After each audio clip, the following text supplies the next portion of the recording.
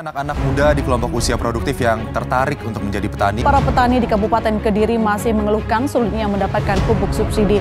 Di tengah pandemi, sektor pertanian terus mampu menjaga tren positif. Pertanian kini jadi sektor unggulan ekspor karena terbukti tetap produktif di tengah pandemi. Indonesia dikenal sebagai negara agraris, yang berarti penopang perekonomian di Indonesia sebagian besar berasal dari bidang pertanian. Sebenarnya, apa sih yang dimaksud pertanian?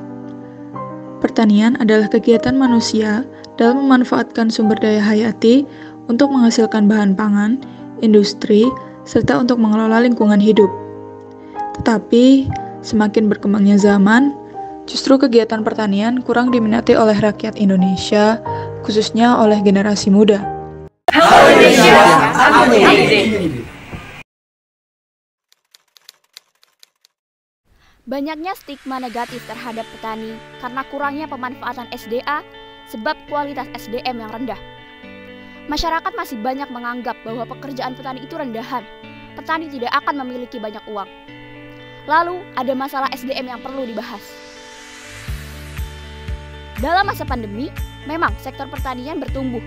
Namun, sebaliknya, tenaga kerja terus menurun dari tahun-tahun sebelumnya. Bappenas memperkirakan Indonesia akan darurat petani di tahun 2063. Berdasarkan proyeksi Bappenas 2063, Indonesia sudah tidak ada lagi petani. Hal ini terjadi karena saat ini banyak sekali stigma negatif yang muncul terhadap petani karena kurangnya pemanfaatan sumber daya alam yang disebabkan oleh kualitas sumber daya manusia petani yang rendah.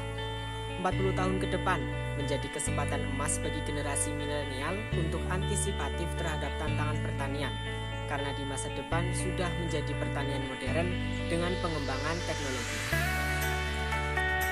Perkembangan teknologi yang begitu pesat menjadi sebuah tantangan bagi kita, terlebih remaja. Permasalahan dalam dunia pertanian yang semakin kompleks harus mampu kita atasi dengan teknologi. Pemanfaatan robot sebagai teknologi canggih merupakan salah satu upaya yang tepat. Dengan aneka sensor dan kamera yang terhubung ke internet, petani akan sangat terbantu. Petani dapat memantau area pertanian yang sangat luas tanpa tenaga kerja. Petani juga bisa memonitor cuaca, tingkat kelembaban suhu, keasaman tanah, bahkan dalam satu waktu. Inilah yang kita butuhkan sekarang. Tidak hanya perkembangan teknologi saja, namun perlu meregenerasi petani ke generasi muda, sehingga terwujudnya petani muda yang maju dengan pemanfaatan teknologi yang ada. Petani muda akan terus berkembang, berinovasi seiring perkembangan ilmu pengetahuan dan teknologi.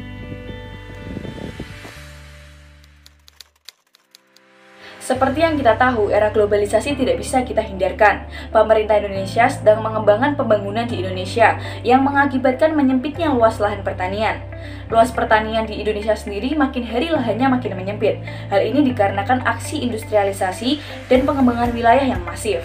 Hal lain yang menyebabkan menyempitnya wilayah pertanian adalah pola pikir petani yang berpikir bahwa hasil yang mereka dapat tidak sebanding dengan apa yang telah mereka lakukan di lapangan, yang menyebabkan petani memilih untuk menjual lahan pertaniannya daripada mengembangkan lahan pertanian tersebut. Pemanfaatan lahan pekarangan sempit untuk tanaman pangan seperti saat ini tidak bisa kita hentikan. Apalagi bagi daerah yang menerapkan sistem pro-investasi, dengan alasan tersebut menyebabkan banyaknya lahan pertanian kita yang hilang kemudian beralih fungsi. Dengan semakin menyempitnya lahan pertanian, maka juga berdampak pada berkurangnya hasil pertanian dan juga tanaman pangan lainnya. Dengan kemajuan teknologi seperti saat ini, masyarakat bisa saja menggunakan media tanam berupa hidroponik. Namun untuk membuatnya memerlukan tidak sedikit biaya serta perawatan yang belum diketahui oleh masyarakat secara luas. Sebab kebiasaan masyarakat luas hanya mengetahui bagaimana sistem penanaman secara konvensional. Ide yang akan saya berikan mengenai topik permasalahan penyempitan lahan pertanian. Yang pertama, membuat peraturan dan kebijakan mengenai lahan pertanian. Kedua, melakukan sosialisasi kepada masyarakat akan bahayanya konversi lahan jika dilakukan terus-menerus. Lahan pertanian di Indonesia semakin banyak dijadikan infrastruktur atau bangunan oleh pemerintah. Maka dari itu solusinya, pemerintah bisa menjadikan gedung tersebut sebagai alternatif lain.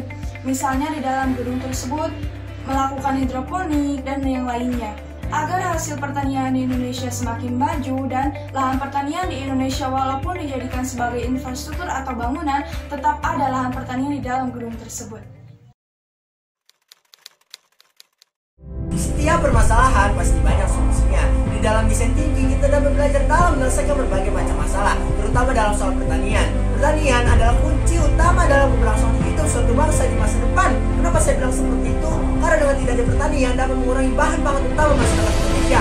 Jadi kita sebagai anak muda perlu ada inovasi, tekad, niat dan juga tujuan dalam keberlangsungan pembangunan pertanian yang ada di Indonesia. Semakin maju dan semakin berkembang untuk pertanian Indonesia. Kami kelompok 4 puaskan pemikiran, bentuk strategi, Kembangkan kreativitas, mengembangkan ide cemerlang,